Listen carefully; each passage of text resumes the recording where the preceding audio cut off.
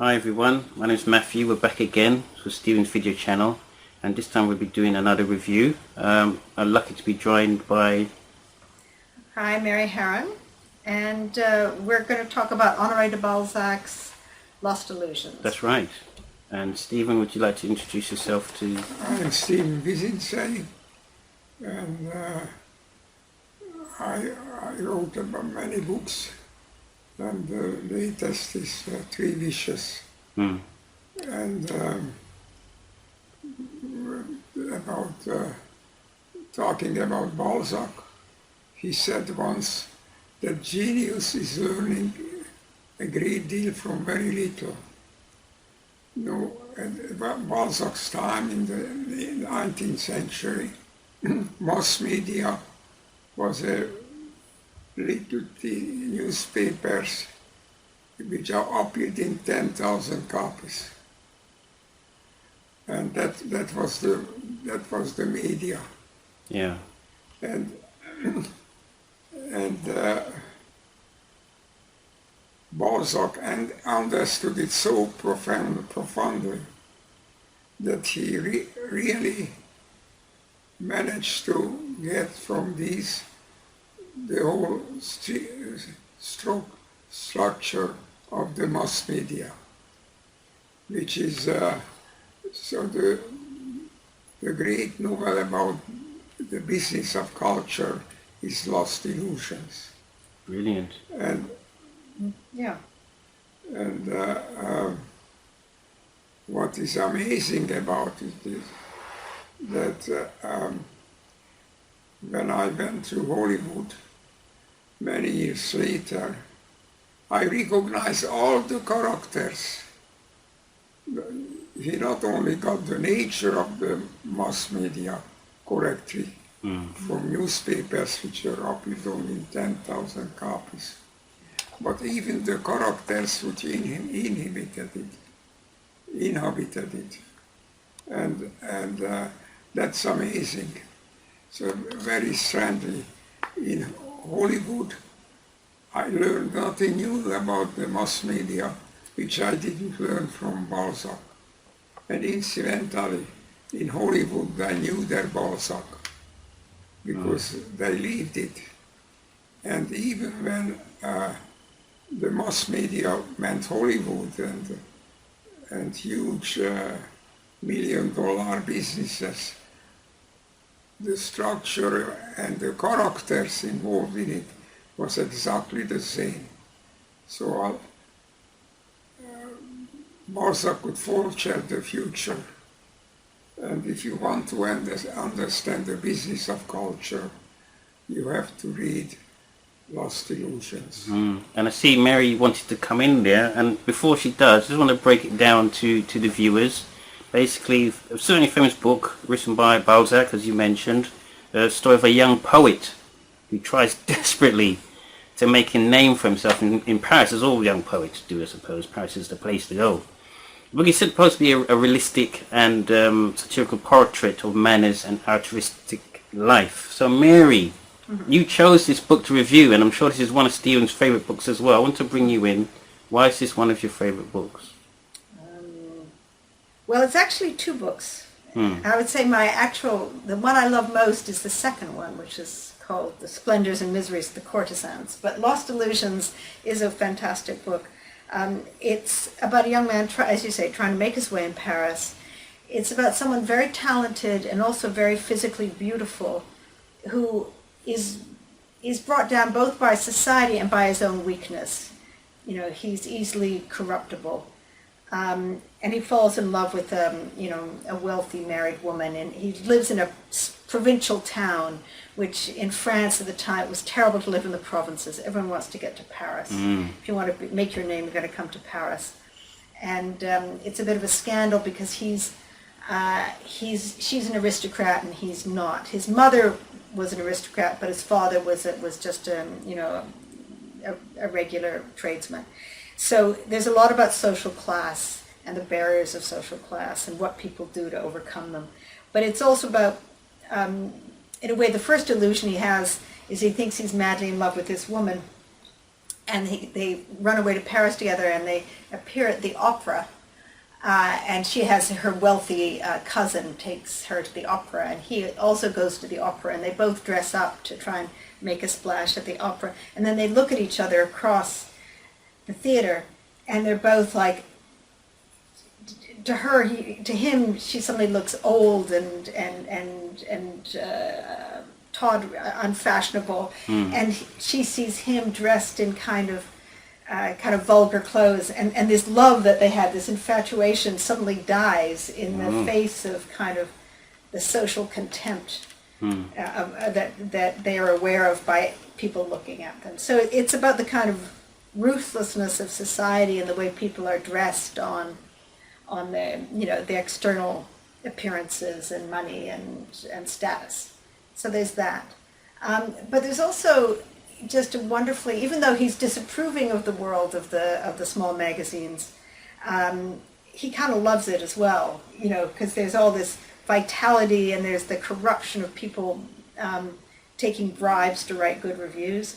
Yeah. My favorite scene of all, I think, is when he goes backstage at the theater the first time, because I think Balzac loved the theater, and it's for a portrait of the excitement and the magic of being backstage, and he's just intoxicated. It's where he meets this young actress, Coralie, who he falls in love with. And actresses then were kind of like courtesans. They would have rich men pay for them. But one thing I love about Balzac is he loves these girls, and he loves, in a way, he loves all his characters, I think. And there's never any snobbishness. The people in the gutter, are as vivid and as real to you and have as much life as the people, at the top. Is that fair enough to say? Yeah, is that right, Stephen, about the characters? And Mary described characters as well. This is, as Mary says, this is not even the main theme of the book. And one Duke wrote that, you see, Balzac was like all great writers. He acted the plays. And one Duke mentioned that toothless Balzac was behaving himself as a dandy, as a handsome young man. And so he thought it was ridiculous. But this toothless fat man was young and handsome in his imagination, and he was so good at it because he could play the part, and that's why he's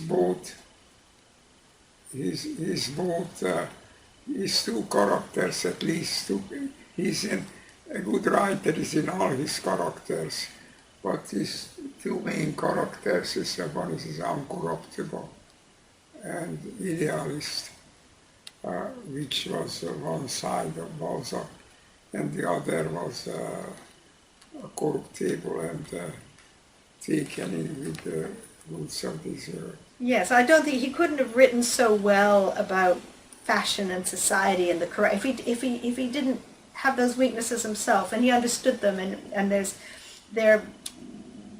the understanding is very deep, and you feel for Lucien in all his mistakes, and he's torn between this group of very idealistic artists, and for a while he's devoting himself and he writes a book of poems, and then he gets drawn into the world of the corrupt world of the little newspapers, where he starts getting paid to write reviews, good or bad. You can be paid to write either one. You're bribed. And then once he goes to the theater, he falls in love with this actress, and she starts getting her rich old lover she takes money from him and spends it on Lucien, and she turns him into the most beautiful, well-dressed dandy in Paris. And so you see Lucien rise, to the top of Paris society. At the same time, he's leaving his sort of better self behind. But you're excited by his rise too. It's an adventure, and you're taken on this You know, Yes. you understand why it's happening. Yes, if you compare him to Dickens, it's very interesting that in Dickens, the actors are fools. Dickens express shopkeepers' view of the world, and in which actors and artists in general weren't meant much. And and Balzac characters can be kept women, can be corrupt, but when they go on the stage, they can cry in a way which freezes the blood of the audience. So the talent is there. And in Dickens, artists don't really have any talent. So I was wondering though, from what the book tries to portray, do you think society, and this is for Mary, do you think society has not moved on much, or is it still the same? Because you're actually in the business of the entertainment and Yeah. I suppose people can live and die by the reviews, because you get your stuff reviewed. Yeah, whatever you- I think you can recognize exactly the same world in, say, New York or Los Angeles or London that you find in Balzac's Paris. The way things play out is different. People don't bribe in as obvious a way. I think in Lost Illusions they're just given money to write a good review or a bad review. In Hollywood, it's more access, or, if you give me this good review, then we'll give you an interview with this star, or, it's a more subtle, but equally, it's still, a powerful movie company will have their, what you see and what the magazines and press focus on. You think it's because it's what people like or what's considered good, but there's an enormous amount of financial pressure that determines what you look at, the audience becomes aware of, publicity. So in that sense, it's the same world. And I have to say, his portrait of, and these, by the way, in Balzac, all the same characters appear in different ways in different books, which is one of the things that makes it so his world so great. But he has the billionaires. He wrote fantastic portraits of like a Rupert Murdoch, or the ruthlessness of billionaires, these kind of sharks that swim through the waters of Paris, gobbling up people. And he could definitely have covered the last 20 years that we've just been living through, of where, money and the influence and the influence of finance has been so dominant. And also the absolute corruption of finance, which he documents as well, is unchanged, I think. And Stephen, you've went through this yourself. You're a writer, and again, with writing, as with poetry, you can live and die by your reviews. Do you think Balzac painted an honest picture of that in regards to the reviews and the pressure put on Lucien, who is the poet? You find yourself in that type of pressure? Oh yes, and more importantly, I think if you want to understand how the media works, then you have to read Lost Illusions, because that will tell you how it works. It's very interesting that the social structure changed a great deal. Mary refers to the class system, which is far less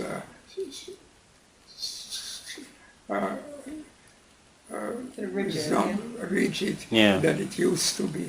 Yeah. Yet the structure of what happens in culture didn't change at all. Yes, that's surprising. I think that it hasn't changed more, because in this world, being an aristocrat gave you and whether you had an aristocratic last name means Correct. everything.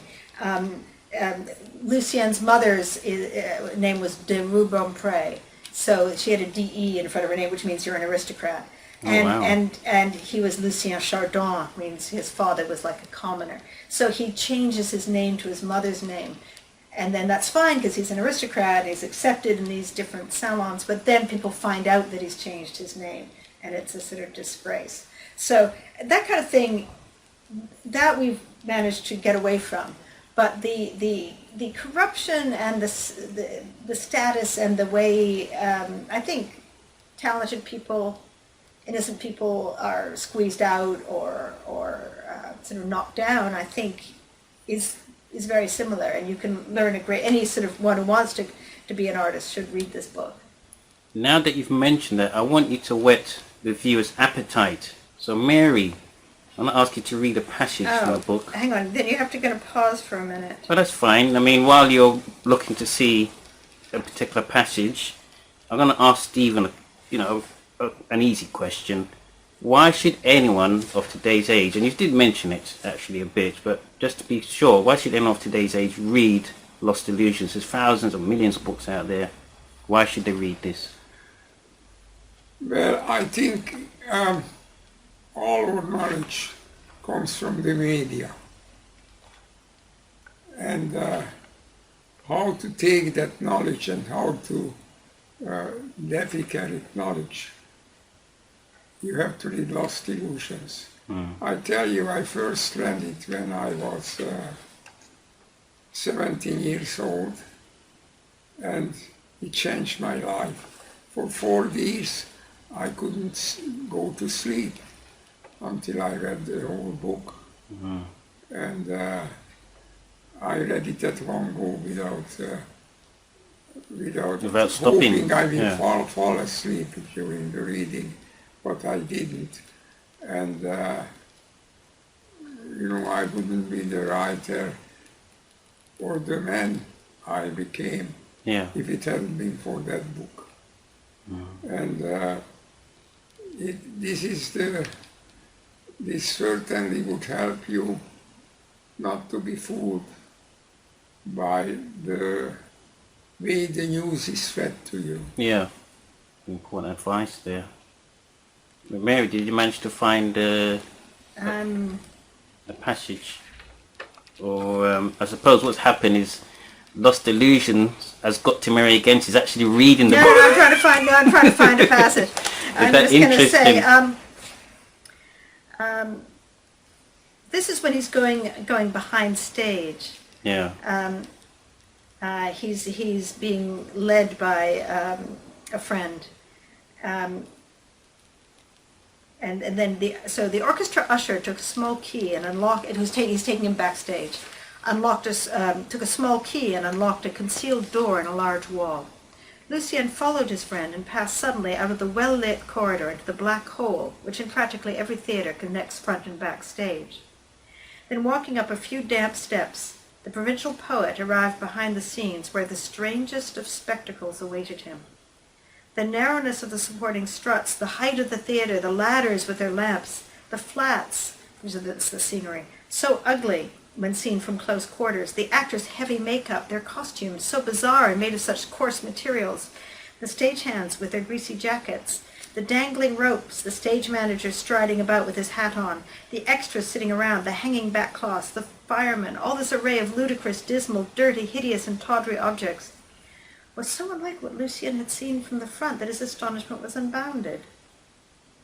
They were finishing a good broad melodrama, a play copied from a tragedy, blah blah blah, and hang on. But anyway, so he's seeing suddenly backstage, and then suddenly he's seen this actress. Keep hold of my arm unless you want to fall through a trap door, bring a forest down on you, overturn a palace, or run foul of a thatched cottage, said Etienne de Lucien. Is Florine in her dressing room, my jewel? He asked an actress who was attending to the play and getting ready to walk on. Yes, my love, thank you for what you wrote about me. It was all the kinder, seeing that your girlfriend was starting here. Come now, don't spoil your effect, little one, Lousteau said to her.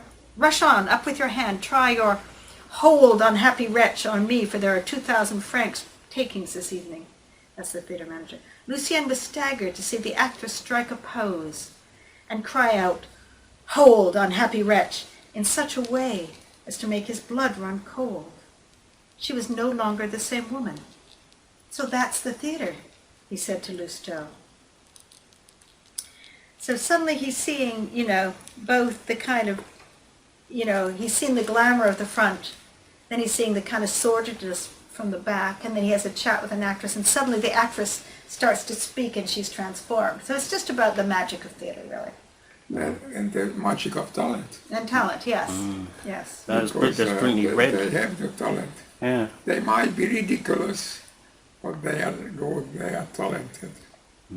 Well, I'd like to say thanks for those watching today. A brilliant review of books Lost Illusion. I'm sure we can review more in future. And thanks for Mary for choosing the books Lost Illusions. Please go out and have a read if you can. And we've also, I'm going to announce it probably in the next video in a bit more detail. Stephen's just released an audiobook of his 3 wishes. I'd like to say thanks, and we'll see you again next time.